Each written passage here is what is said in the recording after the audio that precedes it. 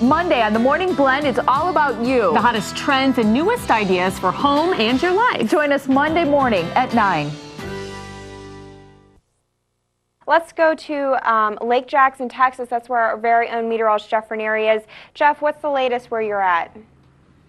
Well, we've started to see, of course, the winds beginning to ramp down. Sorry there. We've got this sign. It's on its last thread up there, and, you know, we're trying to, of course, be careful out here. We got a little gust of wind ramping things up, but all right, so where we're trying to go with this is we had this strong, intense period of about 6 hours from midnight till 5 a.m. where the winds topped 70 miles per hour. The rain was coming in down in sheets in all different directions. And, of course, as we showed you up there, the sign's hanging on by a thread. But at one point, it was flying in the air, completely ripped off in just a quick second. And you can see it sitting over there. And then, of course, we've noted some other debris we showed you last hour. But I really think it's worth pointing out because even though the winds aren't gusting up right now, you'll still find things like this that you may step on, and that's why it's, of course, so important to wait till the crews clean things up or to just take extreme caution out there whenever you have tropical systems moving in. Now, for us here, we haven't heard about much structural damage in Lake Jackson.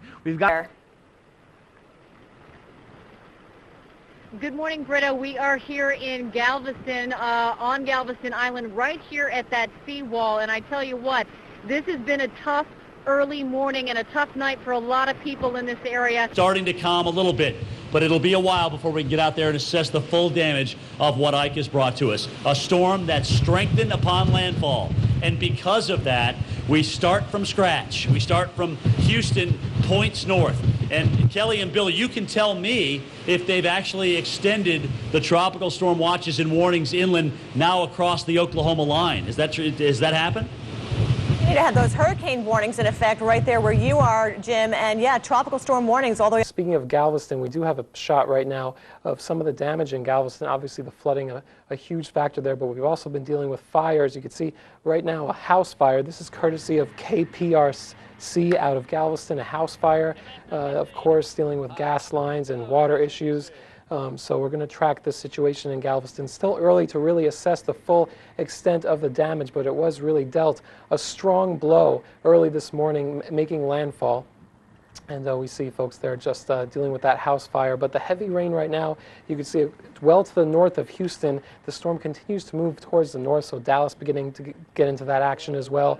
Houston, you still have some rain to deal with over the next 12 hours, but the flooding situation should begin to ease up in places like Galveston and also throughout the Galveston Bay area. We are watching severe weather threat as well. That red box, that's a tornado watch box in effect until 7 p.m. local time. We've had numerous tornado warnings throughout the day. No reports of tornadoes yet, but we're going to be watching that situation from Shreveport all the way down to the Gulf of Mexico, watching a severe weather threat develop. For the latest on Tropical Storm Ike, stay with us here at NBC Weather Plus.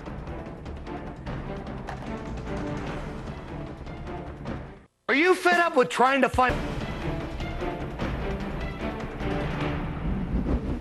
Welcome back to Weather Plus. We're going to join already in progress FEMA and basically addressing the situation across portions of Texas and Louisiana because of Ike.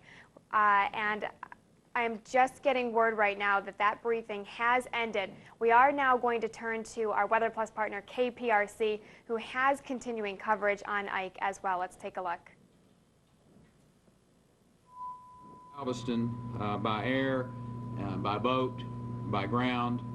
Also into Orange County and in East Harris County. I know Senator Mike Jackson is here, who has a large part of that most severely impacted area. And Mike, I want to say thank you for being here and looking after your citizens that you represent. These outside of the area where our live location is, Jeff. Well, we have been able to on our drive through. It's a little bit of a twist and a turn here into the neighborhood. Excuse me there. We've got a lot of mosquitoes out here. I had to get that one. But we are seeing the damage like you get right. Supplies of bottled water, they are going to have to leave this area. Kristen Dahlgren, thanks so much. We appreciate it. We'll talk to you again, I'm sure. And we want to thank you for coming in. Good to see you. Nearly 3 million homes are without power.